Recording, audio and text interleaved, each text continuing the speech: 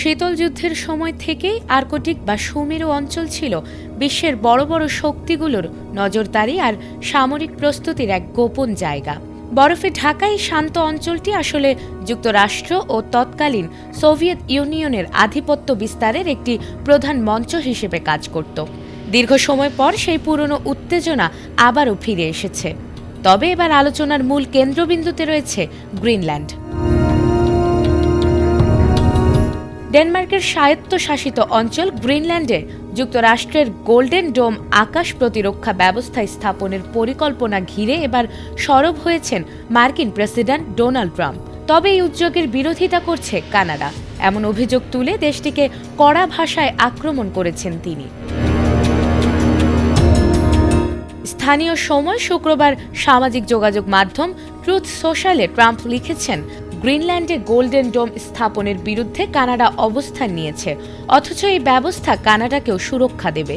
কিন্তু তারা আমাদের সহায়তা না করে চীনের সঙ্গে ব্যবসার পক্ষে ভোট দিয়েছে, যে চীন 1 বছরের মধ্যেই কানাডাকে গিলে খাবে।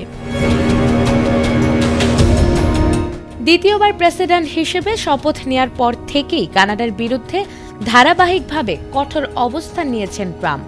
সম্প্রতি কানাডা ও চীনের মধ্যে স্বাক্ষরিত একটি বাণিজ্য চুক্তি নিয়ে তার ক্ষোভ আরও প্রকাশ্য হয়। চুক্তির আওতায় দুই দেশের মধ্যে কিছু পণ্যের আমদানি রপ্তানিতে শুল্ক উল্লেখযোগ্যভাবে কমানো হয়েছে।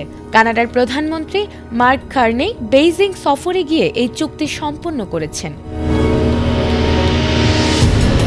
অন্যদিকে ট্রাম্প দাবি করেছেন, গ্রিনল্যান্ডে গোল্ডেন ডোম স্থাপন হলে কানাডা বিনামূল্যে যুক্তরাষ্ট্রের সুরক্ষা সুবিধা পাবে।